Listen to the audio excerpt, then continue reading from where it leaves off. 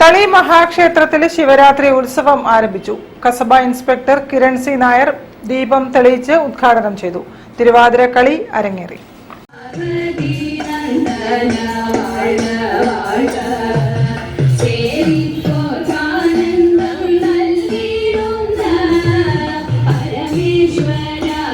കോഴിക്കോട് തളി മഹാക്ഷേത്രത്തിൽ ശിവരാത്രി ഉത്സവം Kasaba police inspector Kiran C Nair ഉദ്ഘാടനം ചെയ്തു.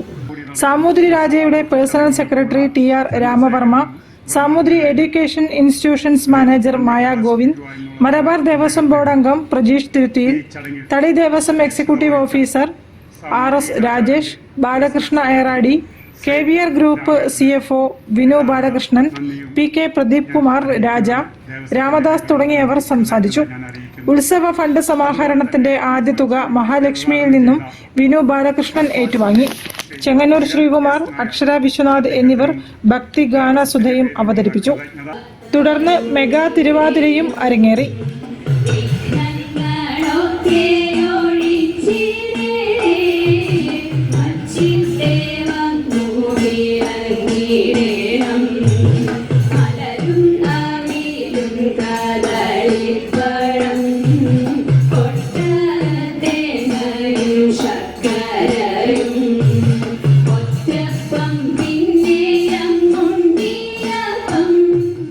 News bureau, Kozhikode. All Kerala Mappila Sangeetha Academy വാർഷികാഘോഷം കോഴിക്കോട്ട്